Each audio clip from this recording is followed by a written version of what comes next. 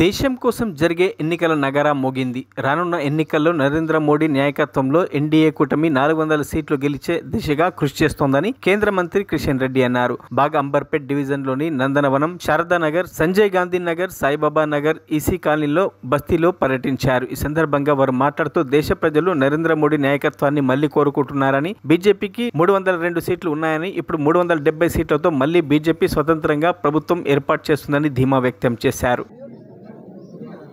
ఈ యొక్క ఎన్నికలు దేశం కోసం జరిగేటువంటి ఎన్నికలు.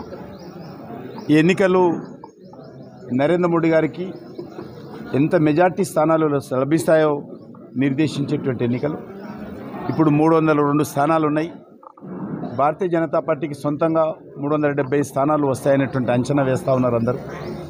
ఎన్డీఏకు 400 సీట్లు దాటాలనేటువంటి లక్ష్యంతో పనిచేస్తూ ఉన్నారు. నాకు పూర్తి విశ్వాసం ఉంది. దేశంలో గతంలో ఎన్నడూ లేనటువంటి మెజార్టీ నరేంద్ర మోడీ గారి నాయకత్వంలో ఈరోజు భారతీయ జనతా పార్టీకి దేశ ప్రజలు కట్టబెట్టబోతా ఉన్నారు.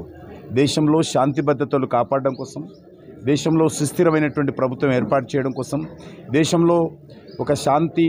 మరిన్ని అప్డేట్స్ కోసం మా ఛానల్ని సబ్స్క్రైబ్ చేయండి.